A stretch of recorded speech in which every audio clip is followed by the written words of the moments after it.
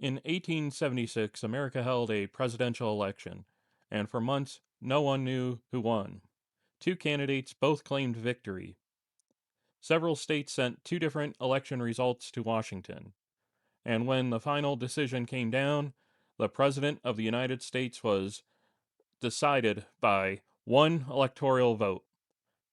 That vote put an Ohio man in the White House, Rutherford B. Hayes. In American history, elections have been close, but none were stranger than the election that made Rutherford B. Hayes president. The country had just survived the Civil War. Tensions between North and South were still high, and when the votes were counted in 1876, America nearly fell into a constitutional crisis. Newspapers accused both parties of cheating. Politicians argued for months, and many Americans feared the country might slide back into chaos. But no one knew who the next president actually is. Now, if you've been following this channel, you know we're telling the story of the 8 presidents who came from Ohio. So far, we've already covered Union War hero turned President Ulysses S. Grant and a man with the shortest presidency in American history, William Henry Harrison. Today, we're telling the story of the third Ohio president in our series. And if you enjoy these stories about American history and the surprising paths these leaders took to the White House, make sure to subscribe to the channel because the rest of Ohio's presidents have some incredible stories coming up. But Hayes' story actually begins decades before the election chaos of 1876. It begins with a boy growing up in Ohio without a father. Rutherford B. Hayes was born in 1822 in Delaware, Ohio, just north of Columbus. Before he was born, tragedy struck. His father died only a few months before Hayes entered the world. This meant Hayes was raised by a single mother during a time when life on the American frontier could be incredibly difficult. Despite the hardships, Hayes proved to be an excellent student.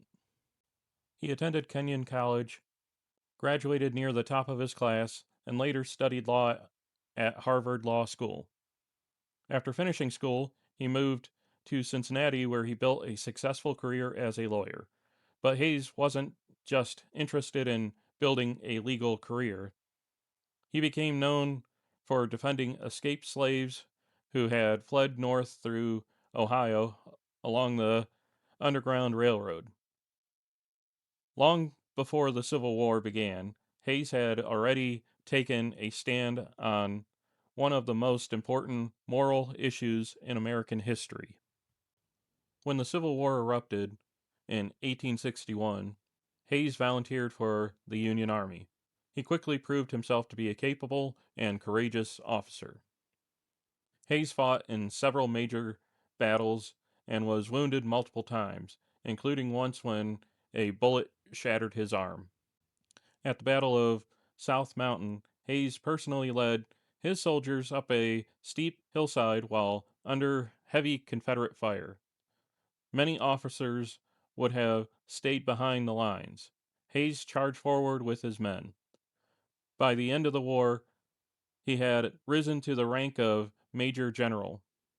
His bravery made him a respected hero back home in Ohio, and that reputation would soon launch his political career.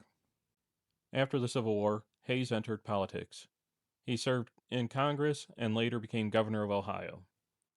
At the time when corruption scandals were common in Washington, Hayes had a reputation of honesty and integrity.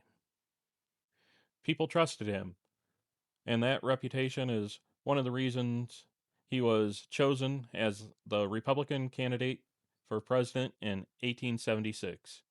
What no one expected was that the election would become one of the most controversial in American history. Hayes faced Democrat candidate Samuel J. Tilden. When Americans cast their votes, the results appeared clear. Tilden had won more votes and seemed to have won enough electoral votes to win. But several states sent conflicting election results to Washington. Florida, Louisiana, South Carolina, and Oregon, both political parties claimed victory. Suddenly, the country had two candidates claiming to be president. For months, the nation waited while politicians argued over the results. Some Americans feared the political crisis could spark another civil war. So Congress created a special electoral commission made up of senators, representatives, and Supreme Court justices. There were 15 members on the commission. When the final votes were counted, the decision came down to just one vote. The commission awarded every disputed electoral vote to Hayes. That gave him the presidency. 185 electoral votes to 184, the closest electoral victory in American history. But Hayes's victory came with a political deal. In order to settle the crisis peacefully, leaders from both parties reached an agreement known today as the Compromise of 1877. The Democrats agreed to accept Hayes as president. In exchange, Hayes agreed to remove federal troops from the South. Those troops had been protecting the rights of newly freed black citizens during Reconstruction. When the troops left, Reconstruction effectively ended. Historians still debate whether the compromise helped calm the country or whether it abandoned the promises made after the Civil War. Either way, Hayes entered the White House carrying the weight of a deeply divided nation. Despite the controversy surrounding his election, Hayes tried to run an honest administration. He pushed for civil service reform, attempting to stop the political system where supporters were rewarded with government jobs. His wife, Lucy Hayes, also became well known in Washington. She banned alcohol from White House events, which earned her the nickname Lemonade Lucy.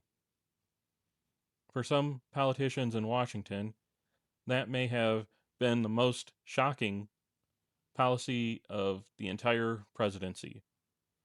But Hayes believed leadership meant setting an example. And he kept one promise that many politicians never keep. He would serve only one term as president. After leaving office in 1881, Hayes returned to Ohio instead of chasing more political power. He spent the rest of his life supporting causes he cared about, including education, prison reform, and helping Civil War veterans. He died in 1893, remembered as the man who tried to bring honesty and stability to the American politics during a very turbulent time. Rutherford B. Hayes may not be the most famous president in American history, but his story sits at the center of one of the most dramatic elections the country has ever seen. A presidency decided by one electoral vote, a compromise that reshaped the nation, and another remarkable chapter in the story of Ohio's presidents.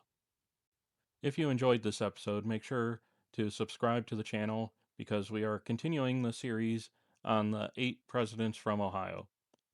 And the next stories include generals, political giants, and some of the most fascinating leaders the country has ever produced. The Buckeye State has had an incredible influence on American history, and we're just getting started. Thank you for watching.